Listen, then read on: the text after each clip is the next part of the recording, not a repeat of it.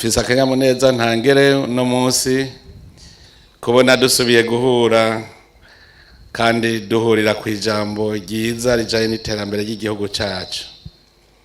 Mu minsi heze twagiye ku isoko ry'umuyaga nkuba hari kuri Ry'Ihumure, tuvayo dusubira kuri Ruvyironza hariya mu ntara ya Gitega. None uno munsi tuje ku ihwaniro ry'iyo miyaga nkuba, none n'akanyamuneza cyane dushimira Imana mushobora byose yo yashoboye gushikana kuri uyu mugambi. Ni Imana yo gushimirwa kuko turavye mu 2020 twari tukiri ku muyaga nkuba utangana na megawate na 50. None ubu tugeze ku megawate 170 arenga ko gatoyi. Bisigura yuko rero turiko turakura hamwe twoguma kuri uyu muvuduko. Biraboneka neza ko mu myaka mikeyi tuzoba dushobora kurangura imigambi yose atanzitizi. Umuyaga nkuba murabizi ni nk'amaraso mu muntu. Umuyaga nkuba mu gihugu ni nk'amaraso mu muntu kuko niho byose biva. Igihugu kigira gitera imbere gikeneye guhingura itunga kama Imana yaturemeye. Iryo tunga kama rero harimwo ubutare, harimwo guhingura ibivuye mu burimyi n'ubworozi, harimwo ubuhinga ngurukana bumenyi, harimwo igisata c'ingenzi kuko ntiwokwakira ingenzi nawe no mw'ihoteli itakamwe amatara. Ivyo byose murumva yuko niwo muzi w'iterambere.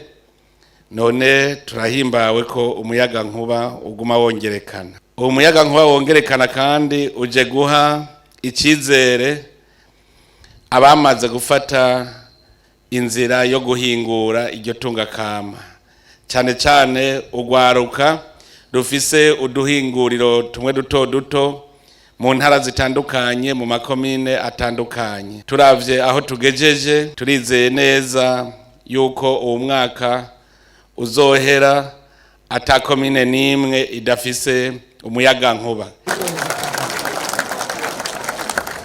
Ahantu hose hari ibigwati ko utegeza kubona hari umuyaga nkuba.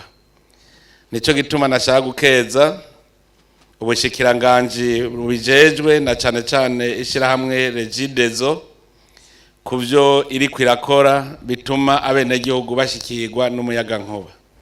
Twari tumaze iminsi abeshi bijiriwe, nagira ku izina rya Rigiye ndabasaba imbabazi ko twabaruhishije. Muga murabona ko butari ubukene bw'umuyaga nkuba twariko turabitunganya. None hari uwibaruka dateye igise. Igise cyari cyatwese. Ubu rero ni umunsi w'umwizero yuko icikagurika ry'umuriro rigiye kugabanuka, kandi turavyizeye naho ivyuma bidasezerana. Aha dufise ivyuma bigezweho, twibaza neza yuko bizotugora gakeyi. Turasubiye kandi gushimira iryo shirahamwe kuko aho duca hose murabona ko bariko barashinga bashiraho insinga z'amatara zigenda kuri ivyo bigwati. Uburundi kandi bwaramaze bwugururira abikorera ivyabo mu bijanye n'umuyaga nkuba, baba abashaka kukwiragiza hirya no hino mu bigwati, baba ndetse n'abashaka kugira imiyaga nkuba. Ubu itegeko rishasha ryarugururiye abagwizatunga.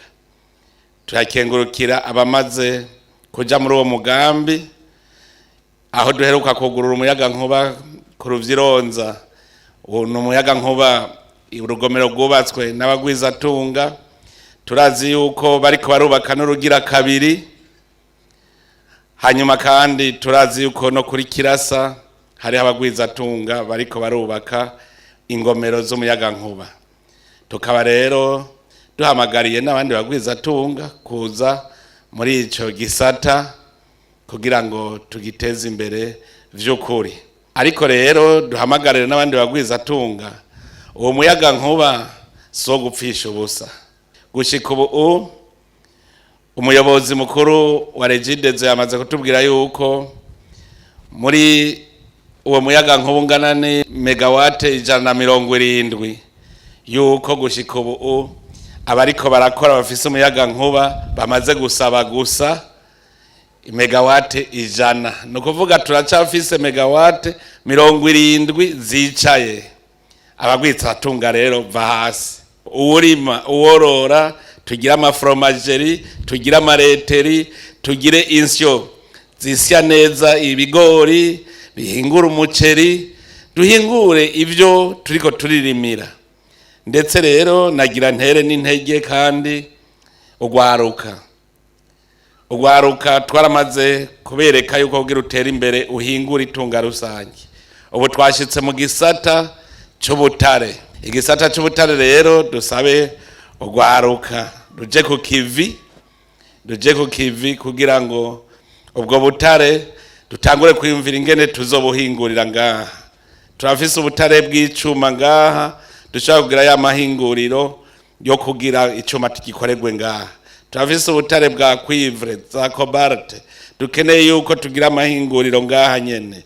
Turafise ubutare bw'inzahabu, ntidushobora kubwimba tudakoresheje amamashini. Ivyo byose bisaba umuyaga nkuba. None rero ko tuwufise ntitugume tuwurabaraba gusa. Nongere rero mperaheze nsaba ishirahamwe Rigiye gukora ingufu zose zishoboka kugira ngo abene gihugu bakeneye umuyaga nkuba bawuronye.